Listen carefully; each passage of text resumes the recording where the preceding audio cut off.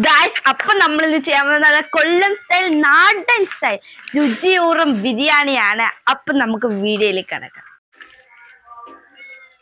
നമുക്ക് ഇനി ഇതൊന്ന് നല്ല വൃത്തിയാണോ കഴുകിയെടുക്കാം.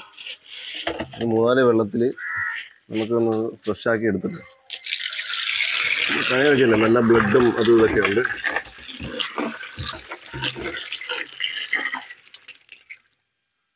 അപ്പോൾ നമ്മൾ 4ാമത്തെ കഴുകൊക്കെ കഴുകിത്തരുന്നുണ്ട്. നല്ല വൃത്തിയാകാൻ കഴുകി. ഇനി നമുക്കിതെല്ലാം കൂടെ ഒന്ന് മസാല തേച്ചിട്ട് വരാം. നമുക്കിതിനകത്ത് കുറച്ച് ഇഞ്ചി പേസ്റ്റ്, കൊച്ചുള്ളി എല്ലാം കൂടെ അരച്ചതാണ്. കൊച്ചുള്ളി, പച്ചമുളക് അരച്ച് നമ്മൾ കുറച്ച് ചേർത്ത് കൊടുക്കാം.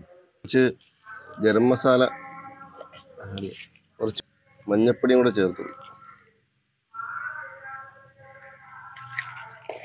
നമുക്ക് ചേർക്കുന്ന ഇച്ചിരി കുരുമുളക് പൊടിയാണ്, കുറച്ച് കുരുമുളക് പൊടി ആണ്, കുറച്ച് തൈര്,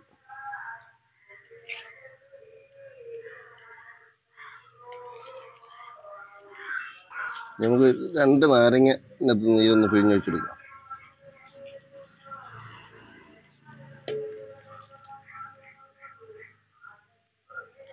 രണ്ട് ചെറിയ നാരങ്ങ ആയതുകൊണ്ടാണ് ഞാൻ 2 ചെറുത് 2 എടുത്തിരുന്നു. ഇല്ലെങ്കിൽ നമുക്ക് വലുതാണെങ്കിൽ 1 നാരങ്ങയുടെ ആവശ്യമേ ഉള്ളൂ.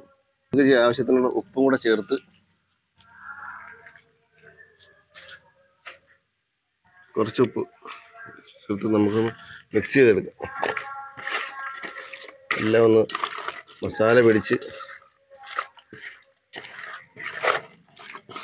സെറ്റായിരിക്കും.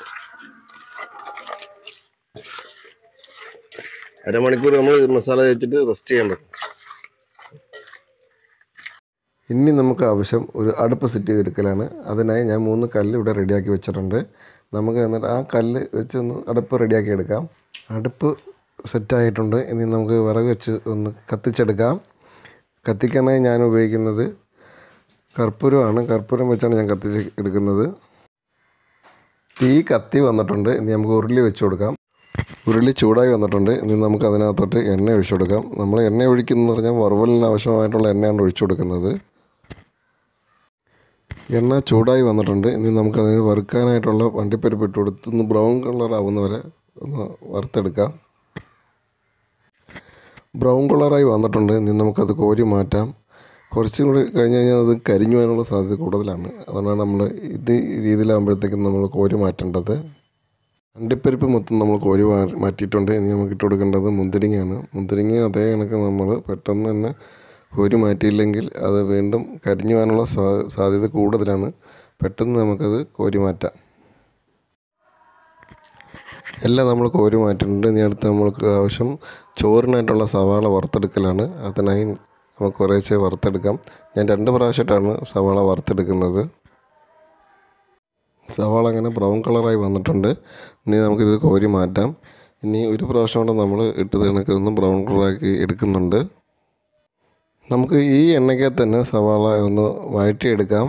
നമുക്ക് മസാലയ്ക്ക് ആവശ്യമായിട്ടുള്ള സവാളയാണ് നമ്മളിവിടെ വഴറ്റിയെടുക്കുന്നത്. നമുക്ക് കുറച്ച് ഉപ്പും കൂടി ഇട്ട് ഒന്ന് വഴറ്റിയെടുക്കാം. ഉപ്പും കൂടി ഇടുമ്പോഴത്തേക്ക് പെട്ടെന്നൊന്ന് വഴന്ന് കിട്ടും. സവാള ഇവിടെ വഴന്ന് വന്നിട്ടുണ്ട്. അപ്പോഴത്തേക്ക് നമുക്ക് ഇനി അതിനകത്തോട്ട് ചേർക്കാനുള്ളതെന്ന് പറഞ്ഞാൽ നമ്മൾ അരച്ച് വെച്ചേക്കുന്ന ഇഞ്ചി വെളുത്തുള്ളി പേസ്റ്റ് ആണ് ഇതിനകത്തോട്ട് നമുക്ക് ആഡ് ചെയ്തൊന്ന് നല്ലോണം മിക്സ് ചെയ്തെടുക്കാം. സവാള ഇവിടെ വഴന്ന് വന്നിട്ടുണ്ട്. അപ്പോഴത്തേക്ക് നമുക്ക് ഇനി ചേർക്കാനുള്ളത് തക്കാളിയാണ്. തക്കാളി ചെറുതായി അരിഞ്ഞ് നമുക്കൊന്ന് ഇളക്കി മിക്സ് ചെയ്തെടുക്കാം. ഇനി നമുക്ക് ഇതിനകത്തോട്ട് വറുത്ത് വെച്ചിരിക്കുന്ന സവാളയിൽ നിന്ന് കുറച്ചൊന്ന് ആഡ് ചെയ്ത് ഒന്ന് മിക്സ് ചെയ്തെടുക്കാം. എന്തിനാണെന്ന് വെച്ചാൽ കുറച്ച് ടേസ്റ്റിൻ്റെ വ്യത്യാസത്തിൽ വരും. ഇത് നമുക്ക് കുറച്ച് ടേസ്റ്റ് കൂടുതലായിട്ട് കിട്ടും ഇങ്ങനെ നമ്മൾ ചെയ്യുകയാണെങ്കിൽ. ഇനി ഇതിനകത്തോട്ട് ചേർത്ത് കൊടുക്കേണ്ടത് പൊടി ഐറ്റങ്ങളാണ്. ആദ്യം ഞാൻ ചേർക്കുന്നത് 2 ടേബിൾ സ്പൂൺ മഞ്ഞൾപ്പൊടിയാണ്. പിന്നെ കുറച്ച് കുരുമുളക് പൊടിയും ഒരു 2 ടേബിൾ സ്പൂൺ ഗരം മസാലയും ഞാൻ ചേർക്കുന്നുണ്ട്. ഇനി ചേർക്കേണ്ടതെന്ന് പറഞ്ഞാൽ 2 സ്പൂൺ മല്ലിപ്പൊടിയാണ്. മല്ലിപ്പൊടി കൂടി ചേർത്ത് നമുക്കൊന്ന് നല്ലോണം ഇളക്കി മിക്സ് ചെയ്തെടുക്കാം. പൊടിയൊക്കെ അങ്ങനെ ചൂടായി വന്നിട്ടുണ്ട്. ഇനി നമുക്ക് ഇതിനകത്തോട്ട് നേരത്തെ മിക്സ് ചെയ്ത് വെച്ചിരുന്ന ഇറച്ചി ഇതിനകത്തോട്ട് ആഡ് ചെയ്യാം. നേരത്തെ നമ്മൾ മസാലയൊക്കെ ചേർത്ത് വെച്ചിരുന്ന ചിക്കൻ ഇതിനകത്തോട്ട് തട്ടി നമുക്കൊന്ന് മിക്സ് ചെയ്തെടുക്കാം. നല്ലോണം ഒന്ന് ഇളക്കി മിക്സ് ചെയ്ത് മസാലയൊക്കെ പിടിക്കുന്ന രീതിയിൽ നമുക്കൊന്ന് സെറ്റ് ചെയ്തതിന് ശേഷം കുറച്ച് നേരം നമുക്ക് അടച്ച് വെച്ച് ഒന്ന് വേവിച്ചെടുക്കാം. നമുക്കൊന്ന് അടച്ചു വെച്ച് ഒരു 10 മിനിറ്റ് ഒന്ന് അടച്ചു വെച്ച് നമുക്കൊന്ന് വേവിച്ചെടുക്കാം. നമുക്ക് ഇനി കുറച്ച് മല്ലിയില ഇട്ട് കൊടുക്കാം.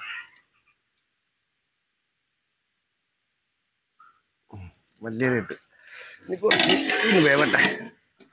ഇനി നമുക്കൊന്ന് തുറന്നു നോക്കാം. സെറ്റായി വരുന്നുണ്ട്. ഒന്ന് ഇളക്കി നല്ല മണം വരുന്നുണ്ട്. തുറന്നപ്പോഴത്തേക്ക്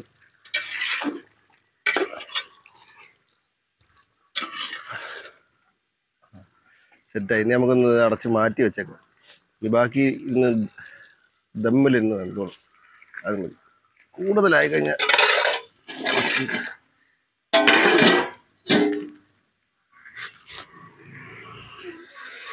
കുറച്ച് ഉപ്പിടാൻ മതി. ഞാൻ പൊടിയിപ്പം എടുത്തത്. പരലുപ്പുണ്ടെങ്കിൽ അത് മതി. എൻ്റെ കയ്യിൽ പരലില്ലാത്തതുകൊണ്ട് ഞാൻ പൊടിയിപ്പെടുന്നത്. ഒരു 3 പച്ചമുളക്, പിന്നെ ഗ്രാമ്പൂ, പട്ട, ഏലക്ക എല്ലാം, തക്കോലം, കുരുമുളക് എല്ലാം ഉണ്ട്.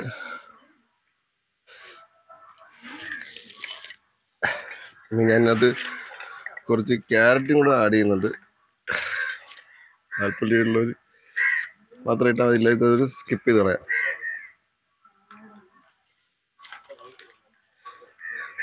ഇനി നമുക്കതൊന്ന് അടച്ചു വെച്ച് ഒന്ന് തിളപ്പിക്കാം. നമുക്ക് ഇച്ചിരി ഓയിൽ ഒഴിച്ചു കൊടുക്കാം. ഓയില് ഒഴിക്കുന്നത് നമ്മൾ അരി തമ്മിൽ ഒട്ടാതിരിക്കാൻ വേണ്ടി ഇച്ചിരി മതി. ഇനി നമുക്ക് അടച്ചു വെച്ച് തിളക്കട്ടെ.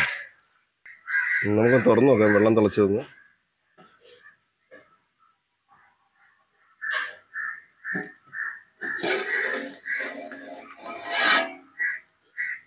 വെള്ളം നല്ലോണം തിളച്ചുകൊണ്ട് നമുക്കിത് അരി ഇട്ട് കൊടുക്കാം. അവിടെ 2 കിലോ അരിയാണ് എടുത്തേക്കുന്നത്. നമ്മുടെ ഇവിടുത്തെ അറേബ്യൻ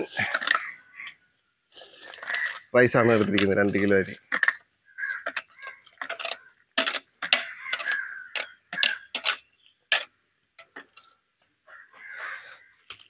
ഒന്ന് ഇളക്കി കൊടുത്തിട്ട് അടച്ചു വെക്കാം.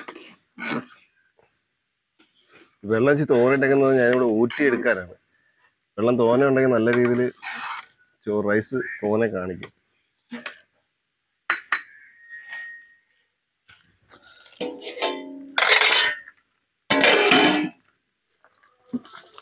ഏകദേശം അരി വെന്ത് വന്നിട്ടുണ്ടെന്ന് തോന്നുന്നു. നമുക്കൊന്ന് നോക്കാം.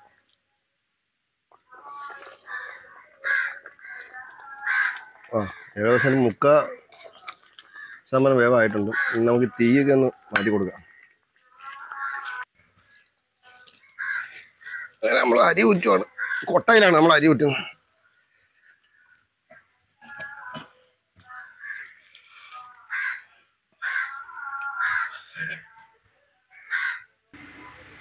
കുറച്ച് നെയ്യ് ഒഴിച്ചു കൊടുക്കുക. നെയ്യൊന്ന് ദം ചെയ്യാൻ.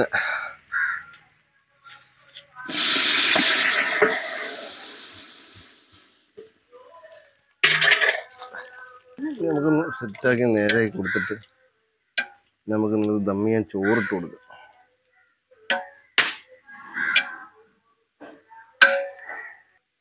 ഇത് 2 ലെയറായിട്ട് ഇടാം.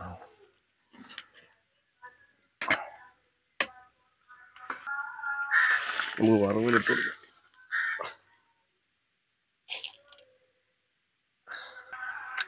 നമുക്ക് അണ്ടിപ്പരിപ്പ് മുന്തിരിങ്ങയിട്ട് കൊടുക്കാം. മല്ലിയിലയും പുതിനയും. നമുക്ക് കുറച്ച് നെയ്യും കൂടെ ഒഴിച്ചു കൊടുക്കും. കുറച്ച് നെയ്യ്.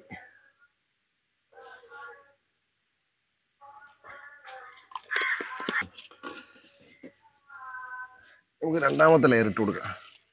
ഐറ്റം ചേർക്കാം.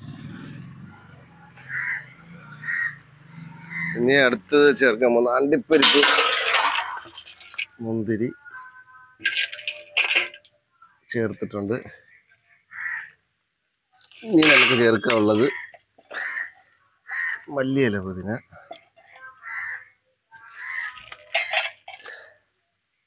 ഇനി അടുത്ത് കുറച്ച് നെയ്യും കൂടെ. നെയ്യ് ആവശ്യത്തിന് എടുത്താൽ കേട്ടോ, ഞാൻ ഇച്ചിരി തോനെ ചേർക്കുന്നേ ഉള്ളൂ. ഈ റോസ് വാട്ടറും മഞ്ഞപ്പൊടിയും കൂടെ കലക്കി ഇച്ചിരി എസെൻസ്, ഇച്ചിരിയേ ഉള്ളൂ, പൈനാപ്പിൾ എസെൻസ് ഇച്ചിരി മതി കേട്ടോ. വേണ്ട വിചാരിച്ചേ, ഇച്ചിരി ഒഴിച്ചെന്നേ ഉള്ളൂ. ഇനി നമുക്ക് അടച്ചു വെച്ച് കുറച്ച് കനലൊക്കെ വാരിട്ട് കൊടുക്കാം.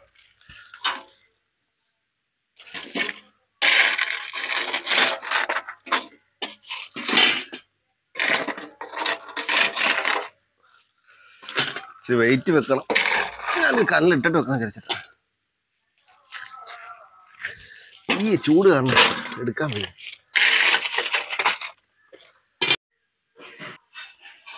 അപ്പം ഏകദേശം 1 മണിക്കൂർ അടുപ്പിച്ചായിട്ടുണ്ട്.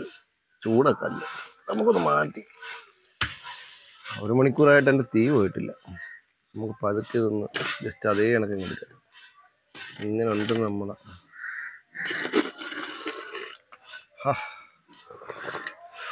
എന്തൊരു മണം, അടിപൊളിയായിട്ടുണ്ട്. നമ്മുടെ ചോറ് ഇവിടെ റെഡി ആയിട്ടുണ്ട്. നമുക്കൊന്ന് ഇളക്കി നോക്കാം. അടിപൊളിയായിട്ടുണ്ട് കേട്ടോ. നമ്മുടെ ഇറച്ചിയൊക്കെ എന്തുവായി ഒരു നോക്കാം. നല്ല വെന്ത് സെറ്റായിട്ട് നമുക്കൊരു പാത്രത്തിലോട്ട് മാറ്റാം. നമുക്കൊരു പാത്രത്തിനകത്തോട്ടെ മാറ്റാം. അടിപൊളി.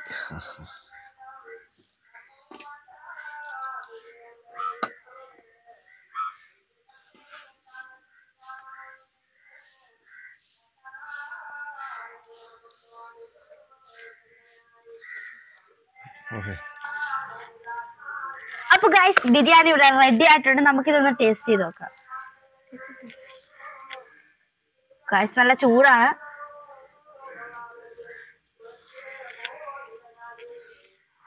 ഗൈസ്, വായി വെക്കാൻ പറ്റുന്നില്ല. അടിപൊളി. അപ്പൊ ഇങ്ങനെ വെക്കുമെന്ന് വിചാരിച്ചില്ല. എന്നാലും ഞാൻ വിചാരിച്ചതിനെക്കാട്ടി അപ്പുറത്ത് നല്ല ടേസ്റ്റ് ഉണ്ട്.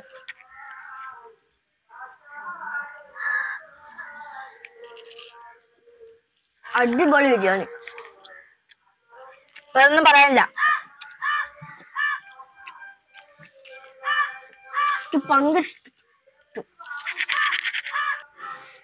വീഡിയോ ഇഷ്ടപ്പെട്ടാൽ സബ്സ്ക്രൈബ് ചെയ്യാൻ മറക്കല്ലേ. അടുത്തിരിക്കുന്ന ബെല്ലൈക്കൻ ഒന്ന് ഞെക്കി ഓൾ ഓപ്ഷൻ ഞെക്കാൻ മറക്കല്ലേ. നിങ്ങളുടെ സപ്പോർട്ട് ലൈക്ക് ആയിട്ട് അറിയിക്കാം. നിങ്ങളുടെ ഫീഡ്ബാക്ക് കമന്റ് ബോക്സിൽ അറിയിക്കണേ. പിന്നെ പരമാവധി വീഡിയോ ഷെയർ ചെയ്യണേ. ഇതുപോലുള്ള വെറൈറ്റി വീഡിയോ